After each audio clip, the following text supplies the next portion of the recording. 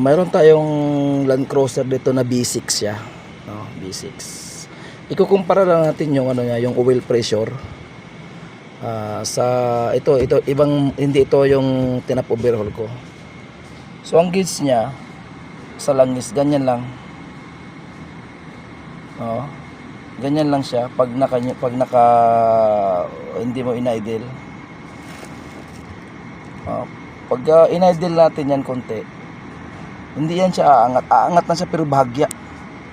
Yan lang siya, oh. Oh. Hindi siya aangat ng kalahati. Yan, oh. Kaya 2,000 RPM pa siya. 1/4 lang talaga siya. Lampas siya ng 1/4. Kaya ako naman kinukumpara to kasi may binaba ako doong